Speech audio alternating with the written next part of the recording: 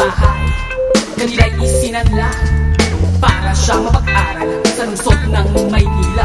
Si Marina na dati ay simple, ngayon'y iba't iba at puro kolorete. Sa isang universidad, siya'y estudyante, pero sa loob ng klase ay nangangamote. Mga magulang, nagstulang kalabaw, gabi na ay ginagawa pang araw. Nag-iisang anak, kaya sunod sa layaw, pera ang hiling sa bawat galaw.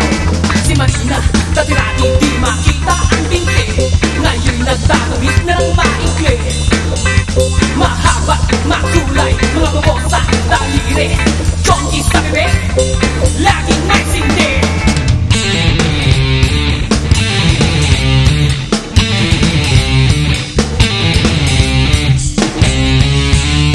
Gabi-gabi naman siya ng disco, giling ito at giling dito, parang nakawala sa hawla at tuliro.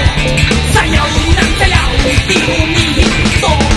Isang gabi sa isang eskenita, may apat na lalaking humarang sa kanya.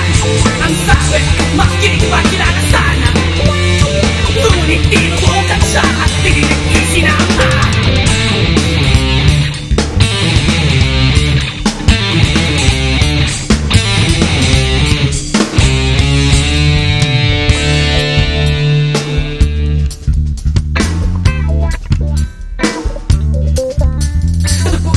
Ang sarili sa isang silid, nakagapos ang kamay, matay na kabinet. Namalala ang lahat, luhay ng ngilid, nagwawala na parang isang alamin. Nakarating sa magulang ang sinapit ng